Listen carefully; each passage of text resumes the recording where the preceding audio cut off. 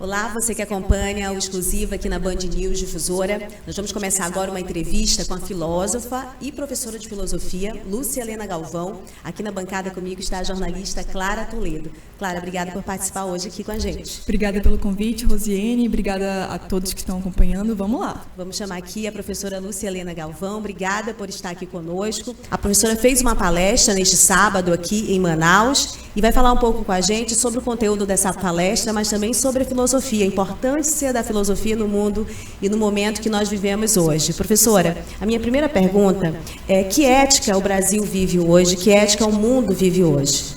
Bom, nós podemos dizer que hoje no Brasil e no mundo vivemos aquilo que a gente poderia chamar de ética de coerção, que significa que as pessoas agem por medo ou desejo.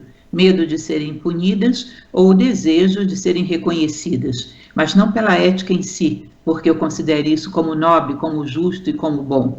Eu costumo brincar com os meus alunos e comparar ao jiló e ao chocolate. Quando éramos pequenos, éramos obrigados a comer o jiló, senão não ganhava sobremesa. Mas o chocolate ninguém precisava nos obrigar a nada, imediatamente a gente comia, pelo que ele é e não pelo que a gente ia ganhar depois. Aí eu brinco dizendo que há uma ética chocolate, que a gente faz pelo que ela é, porque amamos ser éticos, porque nos realizamos, nos tornamos melhores ao fazê-lo, nos sentimos melhores com a nossa própria consciência. E a chamada ética Giló você faz porque existe alguma recompensa depois ou alguma ameaça de punição depois, como a criança fica sem televisão, não ganha sobremesa, qualquer coisa desse tipo. Enfim.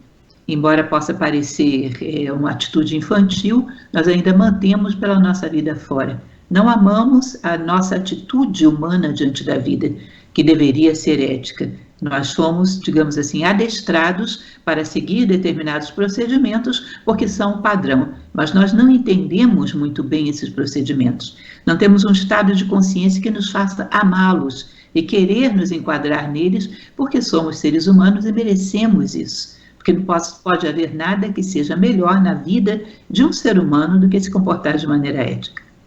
Há confronto da ética com as ideologias hoje que estão muito acentuadas ou até deturpadas, não sei se é a palavra correta, e gostaria que a senhora também avaliasse isso, no sentido de que a gente vive um mundo e vive um tempo muito rápido, a gente se defronta com questões que nos perturbam e nos violentam também, a gente sai de uma questão e já entra noutra, muito pautada pela condução dos homens públicos. E aqui no Brasil, por exemplo, a aprovação de uma PL que avançava muito a respeito do direito das mulheres e das meninas. E aí há uma reação da sociedade, na sequência, uma série de outras pautas, como, por exemplo, agora o retorno do debate sobre maioridade penal. Então, são muitas questões que perturbam a sociedade e que acontecem numa velocidade muito forte. Esse é um momento de esticar a corda para retrocesso. Como é que os filósofos enxergam esse momento dentro do ponto de vista, né, da estrutura da sociedade, mas também do ponto de vista de como essa sociedade reage, absorve a todos esses estímulos? O que ocorre é que nós temos hoje uma fidelidade a posições pré-estabelecidas, a ideologias, a dogmatismos, que estão baseados muito mais em crenças do que propriamente em discernimento.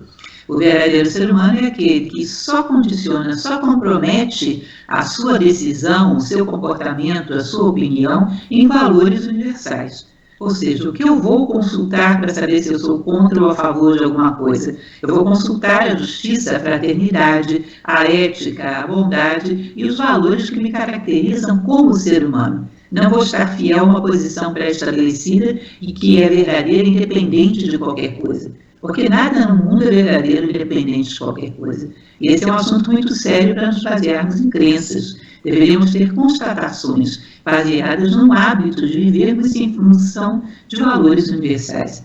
Ou seja, esvaziou-se na nossa humanidade atual o hábito de consultar o que beneficia o todo, o que pode fazer com que o ser humano se torne um pouco melhor como ser humano, o que nos faz crescer, o que nos torna mais fraternos. Isso seria algo que a gente deveria sempre apoiar.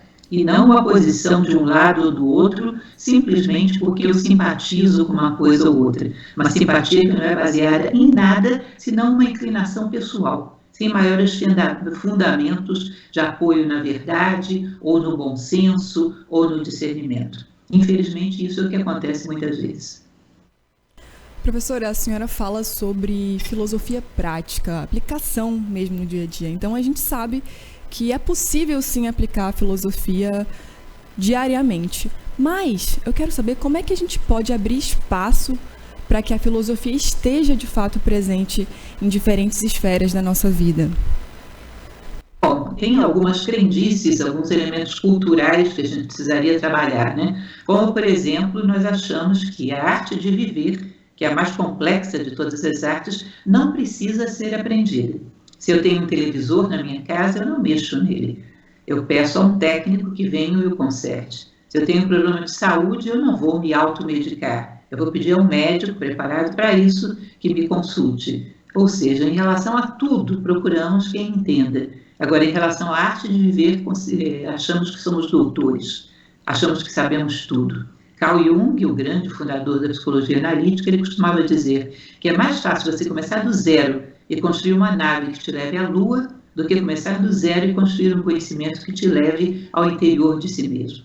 Para isso existe toda uma tradição de homens que viveram bem e deixaram muitos elementos, muitas referências para que a gente possa começar a partir dessa experiência e poder ir adiante. Se eu quero construir um avião, eu vou para o ITA, eu não começo a construir um 14 bis no meu quintal. Se eu vou construir a mim mesmo como ser humano, que é a mais difícil de todas as artes, eu deveria aprender daqueles que viveram humanamente bem, que foram seres humanos significativos, que fundamentaram sua vida em valores. A filosofia é como se fosse um tutorial de como fazer uma interface positiva com a vida, de como viver humanamente bem. E nós deveríamos ter essa consciência de que não sabemos e que isso sim se aprende. E ao aprendermos, nós podemos avançar muito sem ter que repetir eternamente os mesmos erros. Olha, professora, eu vou compartilhar uma experiência com vocês dessa semana de uma conversa com a minha filha, que ela disse que o professor dividiu a sala entre um grupo de alunos para defender Israel, um outro grupo de alunos para defender a Palestina. Ela disse que a maioria dos alunos ficou no grupo para defender Israel, era uma aula de história. E ela disse que 3 ou 4 ficaram no lado para defender a Palestina, ela era uma delas, e ela me disse, olha, e os outros, eles nem sabiam exatamente o que estava acontecendo ali, porque eles não tinham estudado o suficiente a questão, ficaram no grupo por ficar. Eu achei muito interessante esse exercício e a percepção disso, né, numa sala de alunos de 14, 15 anos, mais ou menos. E aí, dentro desse contexto, né, dessas informações todas circulando, como essas pessoas estão se informando e essas pessoas que nós estamos formando também neste momento, e de um outro lado, a senhora consegue, com conteúdo filosófico longo, de 40, 50 minutos, conseguir uma popularidade, um alcance pelo YouTube. Então, como a gente explica esse momento, que ele é devassado por informações imediatas de quase nenhuma qualidade, ela acaba se refletindo nesse pequeno exemplo que a gente fala das escolhas dentro de uma sala de aula, por exemplo, né? A forma como esses alunos fizeram as suas escolhas naquele momento rápido e essa oportunidade de fazer um conteúdo mais amplo sobre filosofia. Me explique um pouco como a senhora enxerga esse momento. Eu enxergo o momento como um sintoma de que determinados elementos que se colocam para dar respostas à vida estão passando por um processo de descrédito muito grande. Nós costumamos dizer que a pirâmide civilizatória é composta por arte, política, religião e ciência. Nós podemos dizer que, do ponto de vista da política e mesmo da religião, as respostas que têm sido dadas para explicar a vida que vivemos, o mundo em que vivemos, não têm sido consideradas suficientes pelo nosso momento histórico. Então chega um momento que a filosofia antiga e a temporal filosofia encontra um palco muito propício para vir à tona, porque ela tem uma posição não polarizada, não dogmatizada, uma posição que não exclui ninguém, que leva as pessoas a refletirem sobre todas as vozes em jogo, sem opiniões pré-estabelecidas, sem preconceitos, e isso chama muita atenção das pessoas. porque é um pensamento muito livre, muito descondicionado, e isso realmente parece uma voz diferente no meio de tudo isso. E ainda bem que há quem se interesse por ouvir, né? Agora, o momento em que as pessoas às vezes fogem das informações, eu tenho a impressão de que as pessoas estão um pouco traumatizadas de tantos conflitos, de tantos problemas ocorrendo no mundo ao mesmo tempo, e elas têm uma tendência a querer fugir disso, a não querer saber, até para poder manter um certo nível de paz e de saúde mental, porque ninguém aguenta estar o tempo todo em contato com N problemáticas graves que estão ocorrendo no mundo ao mesmo tempo. Então, há uma certa alienação até por autopreservação.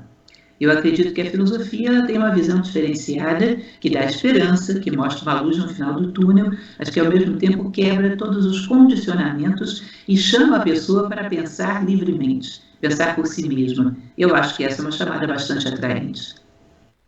Professora, e esse ano, 2024, é um ano eleitoral e a gente sabe que corrupção é, sim, uma das principais preocupações da sociedade brasileira.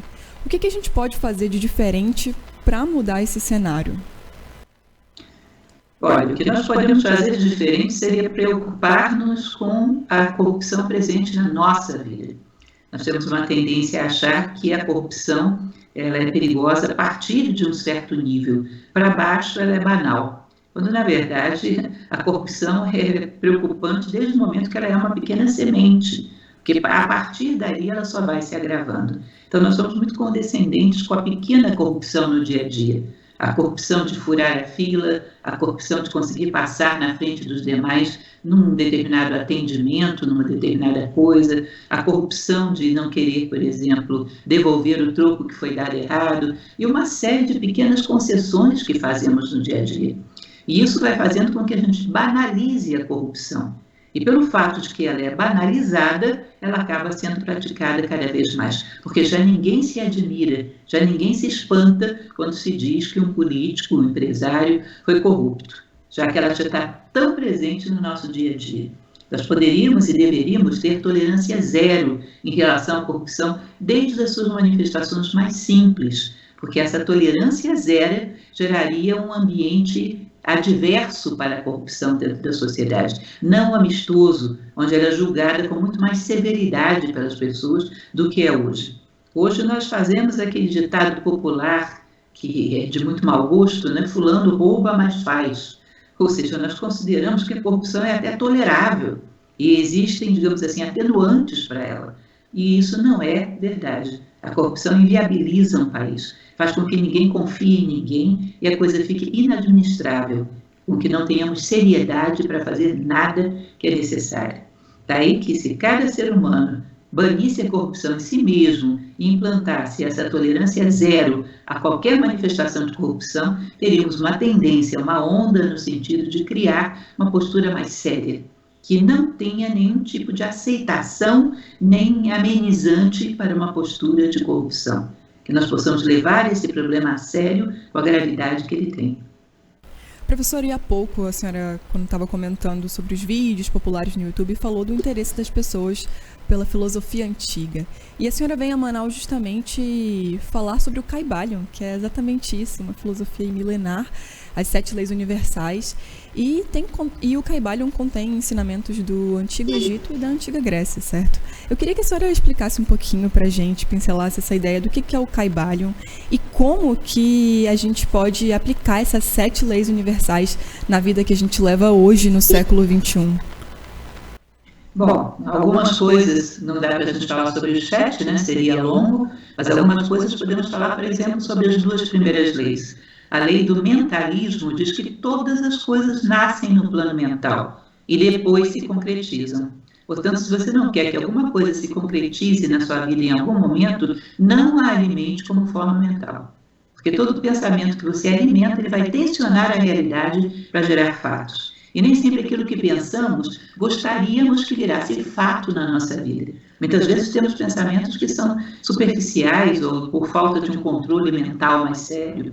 E porque também achamos que pensar não tem nada demais, não surte efeitos. tudo que nasce no mundo material nasce a partir do pensamento, a partir do plano mental. Então, uma maior responsabilidade sobre as formas mentais que estamos alimentando, porque amanhã viveremos o que pensamos hoje. Hoje vivemos aquilo que foi pensado ontem, e é assim que ocorre na história. Então, não acharmos que os nossos pensamentos são impunes, isso é uma aplicação prática. Quando fazemos a palestra, falamos de várias outras. E o segundo princípio, que é o da correspondência, diz que aquilo que há acima há abaixo, aquilo que está abaixo está acima. Ou seja, o macrocosmos, o universo e o homem, existe uma correspondência entre aquilo que acontece nos dois planos, nos planos sutis e nos planos concretos. Então, você imagina, por exemplo, a maneira como você trata o seu corpo. Se você o alimenta bem, seleciona os alimentos para que você não se intoxique, para que tenha uma boa saúde, nós deveríamos ter esse mesmo cuidado no ponto de vista mental. Não nos alimentarmos de lixo, não nos alimentarmos de vulgaridades, de fofocas, de elementos grosseiros que correm dentro da sociedade, correm dentro das redes sociais, porque da mesma maneira que temos intoxicações no plano físico, temos em planos sutis. Chega um determinado momento que não conseguimos mais pensar. Somos tão poluídos de formas mentais negativas, de ideias falsas, de tanta confusão, de tanta obscuridade, que já não conseguimos enxergar muito bem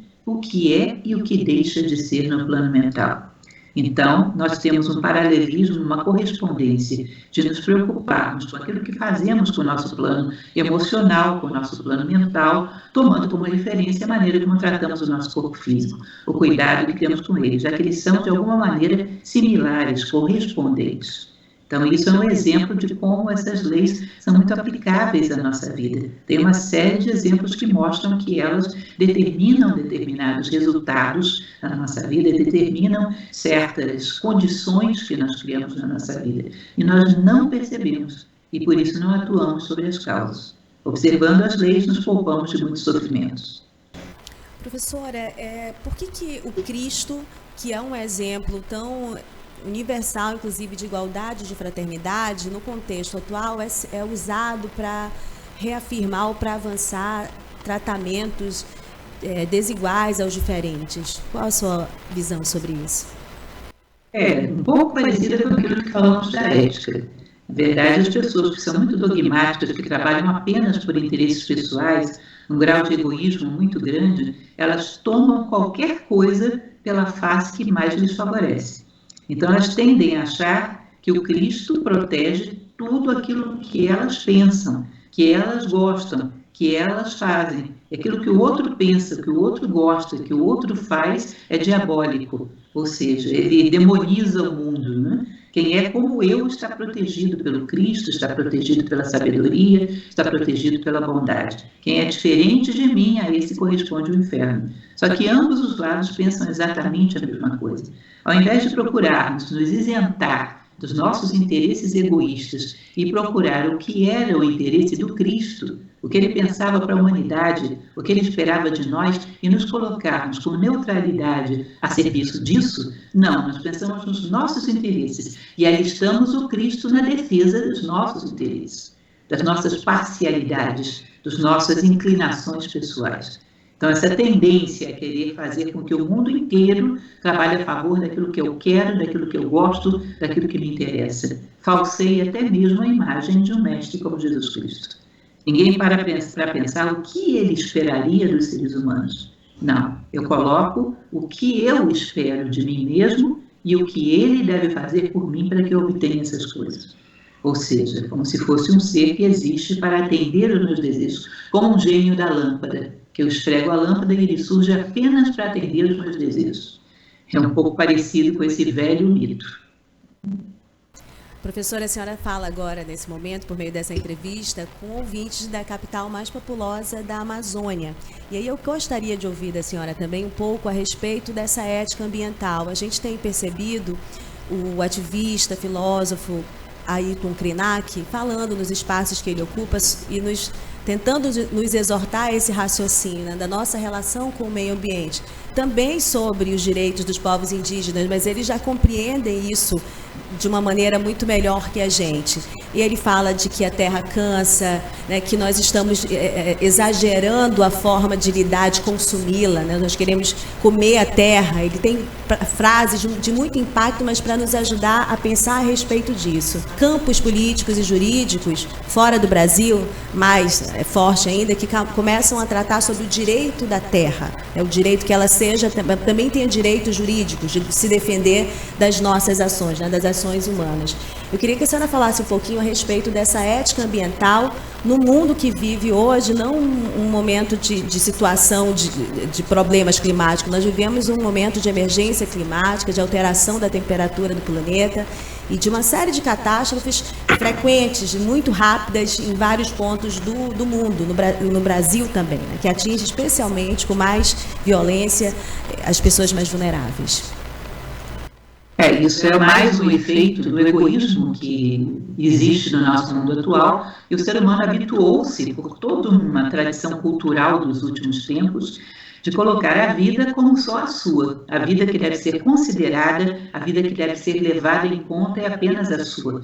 Todos os elementos à sua volta são apenas matéria-prima para que ele realize a sua experiência pessoal. Portanto, não existe vida nem direitos nos animais, nos vegetais, no planeta, em nada. Eu sou o único ser vivo que merece alguma consideração aqui. Eu sou usuário de todas as coisas. Elas existem para me servir.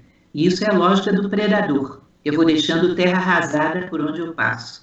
Nós necessitamos, e existem hoje algumas vozes, como você falou, que já se levantam em relação a isso, perceber que nós somos uma vida no meio de muitas outras, e que todas as vidas têm igual direito de prevalecer e de defender os seus interesses, de viver com dignidade. Até o próprio planeta, existe uma hipótese de Gaia, que hoje começou a ser levada a sério novamente, de que o próprio planeta tem um comportamento de um ser vivo, e como tal também tem os seus direitos a serem defendidos, ou seja, a capacidade de regular a sua própria temperatura, a capacidade de reagir ao meio externo, coisas que são próprias de um ser vivo. Então, quando nós começarmos a quebrar o nosso egoísmo e considerar que nós não somos o ser vivo, somos um ser vivo, no meio de uma cadeia de seres que se apoiam mutuamente. Cada vez têm sido feitas mais pesquisas, por exemplo, dentro do reino animal, percebendo traços de inteligência em formas ínfimas de vida, que nós considerávamos como insignificantes, até mesmo em insetos. Ou seja, começar a perceber que se existem traços de consciência nas coisas, a consciência necessita ser respeitada. A consciência tem um direito à vida, tem direito a um fórum de respeitabilidade como o homem tem. Isso vai exigir que a gente quebre o nosso egoísmo de usuários e comece a se perceber como um participante de uma cadeia, onde todos têm igual valor de estar aqui, e todos merecem e devem ser respeitados. Tomara que essas vozes que hoje se levantam possam ser cada vez mais ouvidas e gerar cada vez mais questionamentos, quebrar esse bloco monolítico de um ser humano que acha que o mundo existe em função dele. Professora, e como é que a gente pode ser mais ético? O que a gente tem que fazer para que nossas ações sejam éticas? Bom, há uma série de pequenas atitudes, não é, que são recomendáveis do ponto de vista filosófico. Uma delas são as decisões. Nós somos resultado das nossas decisões. Uma coisa fundamental é, cada vez que você vai tomar uma decisão, considerar se essa decisão que você está pensando em tomar é a que beneficia o maior número de pessoas à sua volta, de seres à sua volta, e não apenas a si próprio. Não tomar decisões fundamentadas apenas no egoísmo, naquilo que faz bem à minha própria pele. Cada vez mais estender o espectro daquilo que a nossa decisão pode beneficiar. Ou seja, cada passo que eu dou, cada decisão que eu tomo, como pode beneficiar o máximo de seres possíveis e não apenas a mim. Isso é um elemento fundamental. Outra coisa que sempre falo é termos um propósito ideal de vida, saber o ser humano que queremos ser quando tudo isso tiver terminado. Estamos trabalhando para construir em nós mesmos o quê? Imaginar como referência, como ideal, um ser humano não que tenha coisas, porque isso não significa evolução. Se você precisa ter coisas para se sentir melhor, o valor é das coisas, não teu. Mas um ser humano que seja muito mais rico em valores, em virtudes, em sabedoria. Imaginar a nós mesmos lá no horizonte como seres virtuosos, como seres fundamentados em valores universais. E trabalhar para que nós demos definitivamente passos nessa direção em cada fase da nossa vida. Decisivamente, cada dia nos aproxime desse ideal. Senão nós estamos à deriva e somos levados pelo comportamento do coletivo, que nem sempre é tão humanizante assim. Posso dizer que muitas vezes vai na direção do mais confortável, do lugar comum, daquele ponto que está consagrado já pelo uso, e não das mudanças que necessitam acontecer. Então tenha um referencial de vida, quem você quer construir, quem você quer ser, e encaminhe todos os seus dias nessa direção, para que você possa colocar consciência dentro de cada uma das suas atitudes. São 2 recomendações que eu acho que seriam bastante interessantes para tornar o mundo mais ético. Olha, eu agradeço muito a disponibilidade da professora Lúcia Helena Galvão, também a participação da Clara Toledo aqui com a gente nessa exclusiva, que nos lembra a importância de ouvir os filósofos no momento que vivemos agora, tão confuso, tão rápido, mas uma necessidade que, mesmo em espaços de mídia, como é uma rádio, na mídia imediata, há um ambiente que a gente pode levar a reflexão para os nossos ouvintes por meio das palavras dos filósofos. E lembrar que as palestras da professora Lúcia Helena Galvão estão disponíveis no YouTube, no canal Nova Acrópole. Professora, muito obrigada e eu peço as suas considerações finais.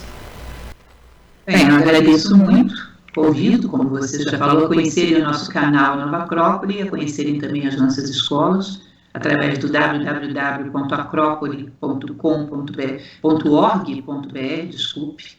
E, enfim, agradeço muito a oportunidade de difundir um pensamento diferenciado, que leve as pessoas a uma reflexão mais profunda e humanizante. Muito obrigada, Rose, muito obrigada, Clara, muito obrigada aos ouvintes. Obrigada também e até a próxima. Obrigada, tchau, tchau. Obrigada, professora.